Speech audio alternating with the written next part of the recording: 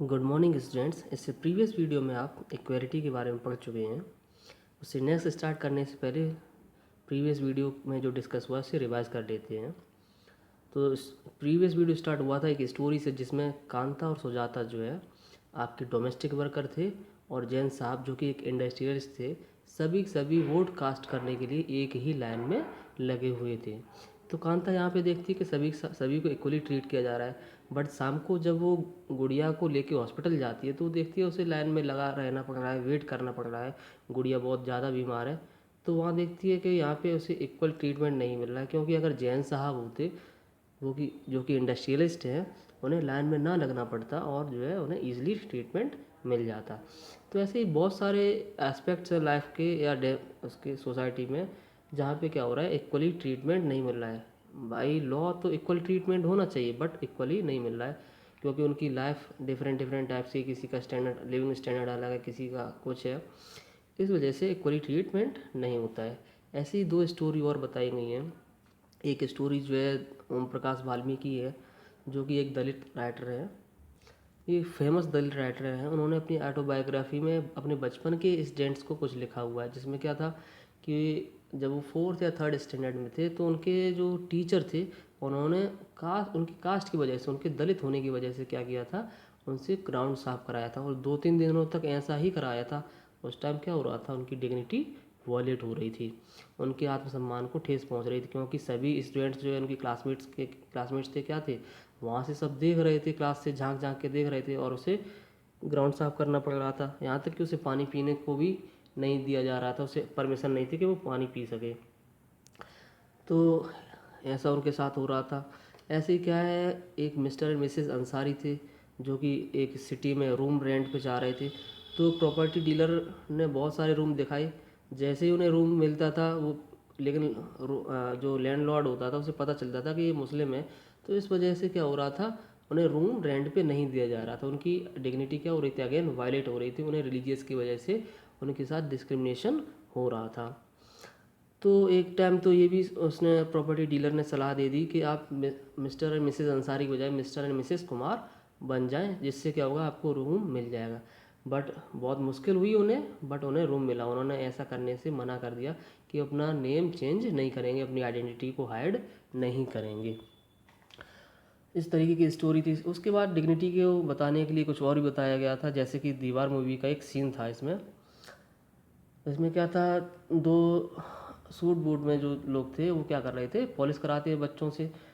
और वो जब रुपए देने की बात आती तो रुपए क्या करते हैं, उनके हैंड में ना दे के वो फेंक देते हैं रुपए।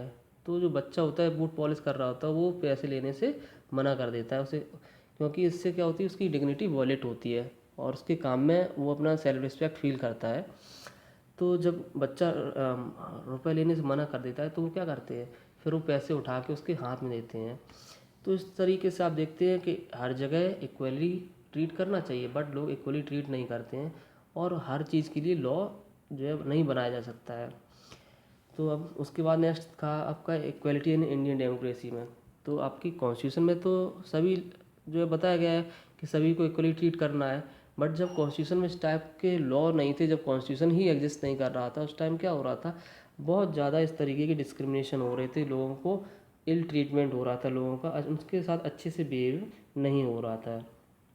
तो कॉन्स्टिट्यूशन में इसे रिकॉग्नाइज करने के लिए कि सभी को इक्वली ट्रीट किया किया जाए, इसके लिए किया था। सबसे पहली चीज़ क्या थी कि हर कोई लॉ के सामने क्या हो, कानून की नज़र में बराबर हो, बिल्कुल, चाहे वो राष्ट्रपति हो, चाहे एक पुअर पर्सन हो।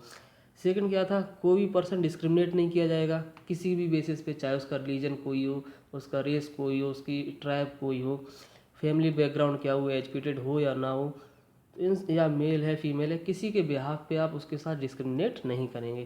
थर्ड क्या था आपका, कि कोई भी पब्लिक प्लेस हो, जैसे कि रोड है, कुआं है, या हॉस्पिटल है, या इस पब्लिक गवर्नमेंट स्कूल्स हैं, इनमें किसी भी बेसिस पे किसी के साथ डिस्क्रिमिनेट नहीं किया जाएगा। उन पे कोई रिस्ट्रिक्शंस नहीं होंगे, उनमें कोई किसी भी स्कूल में जाने से रोका नहीं जाएगा। हर कोई क्या होगा, इक्वली ट्रीट किया जाएगा, चाहे वो किसी भी कास्ट का हो, कुछ भी हो। तो सारे पब्लिक प्लेस पे सब हर किसी की पहुंच होगी, कोई भी एक्सेस कर सकता है उसे, ये था। और फोर्थ क्या था कि जो अनटचेबिलिटी थी उसे क्या किया गया था, आपके कॉन्स्टिट्यूशन से एबॉलिश कर दिया गया था। उसमें एक लॉ बनाया गया था कि अनटचेबिलिटी क्या होगा, आपका एक क्राइम होगा। इसके बारे में आप जो है प्रीवियस क्लास में भी पढ़ चुके हैं, 6th क्लास में, कि अनटचेबिलिटी जो है क्राइम है। अब ये जो कॉन्स्टिट्यूशन में 4 चीज़ें बताई गई है, इन्हें इम्प्लीमेंट करने के लिए गवर्नमेंट ने क्या किया है, 2 काम किए हैं। एक तो लॉज बनाए इस तरीके के, कानून बनाए इस तरीके के कि जो कॉन्स्टिट्यूशन में जो इक्वलिटी दी गई है, इक्वलिटी की परिभाषा दी गई है, उसके हिसाब से हर किसी को इक्वली ट्रीट किया जाए।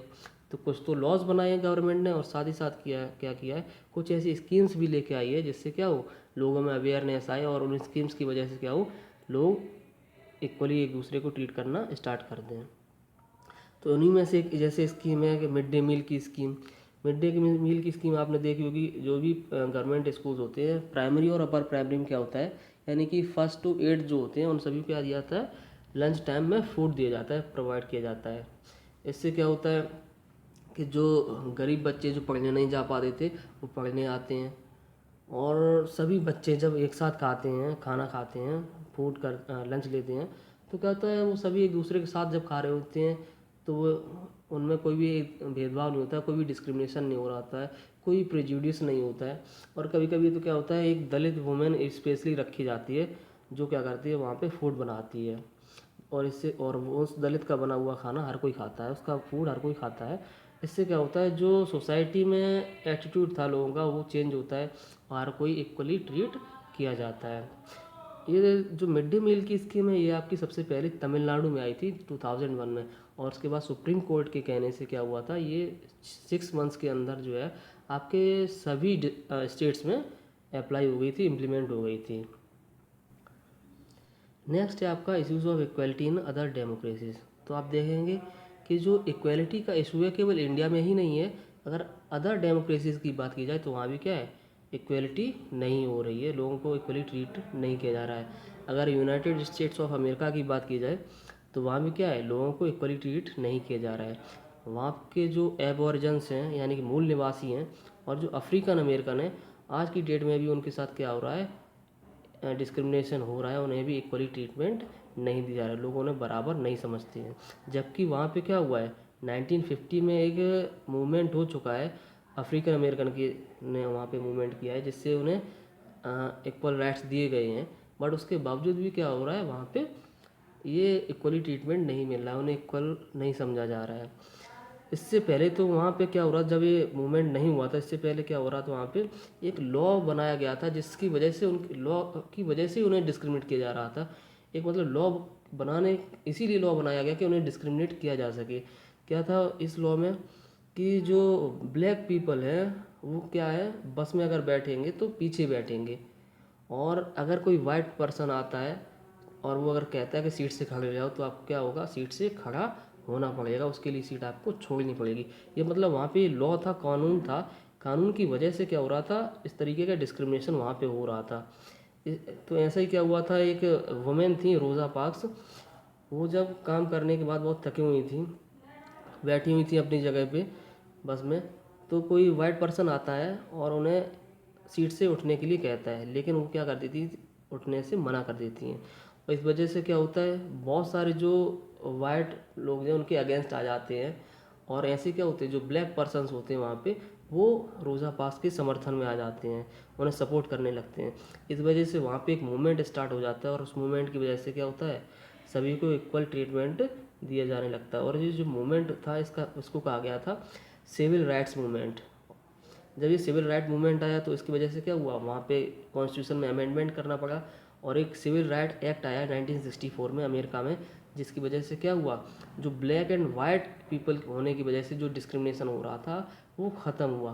कम्प्लीटली ख़त्म नहीं हुआ है, फिनिश नहीं हुआ है, बट बहुत हद तक जो है कम हो गया। उसके बावजूद भी क्या हो रहा है, आज की डेट में भी अमेरिका में अफ्रीकन अमेरिकन जो हैं, या वहाँ के जो मूल निवासी हैं, एबॉर्जिन्स हैं, उनके साथ आज भी क्या हो रहा है, डिस्क्रिमिनेशन हो रहा है। तो ये केवल इंडिया की समस्या नहीं है, हर जगह की ये समस्या है, हर जगह इस तरीके का हो रहा है। फिर क्या है आपका चैलेंज ऑफ डेमोक्रेसीज।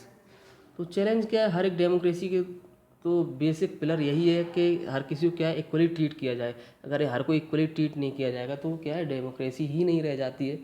तो डेमोक्रेसी की जो सेंट्रल थीम है, एक मीनिंग निकलता है, तो वहाँ पे क्या है, इक्वलिटी बहुत इम्पॉर्टेंट हो जाती है। तो इसे मेंटेन करना, इसे बनाए रखना क्या है, डेमोक्रेसी के चैलेंज हैं। चैप्टर में इतना ही है। नेक्स्ट आपकी एक्सरसाइज है, वो आप देख लीजिएगा। Thank you students.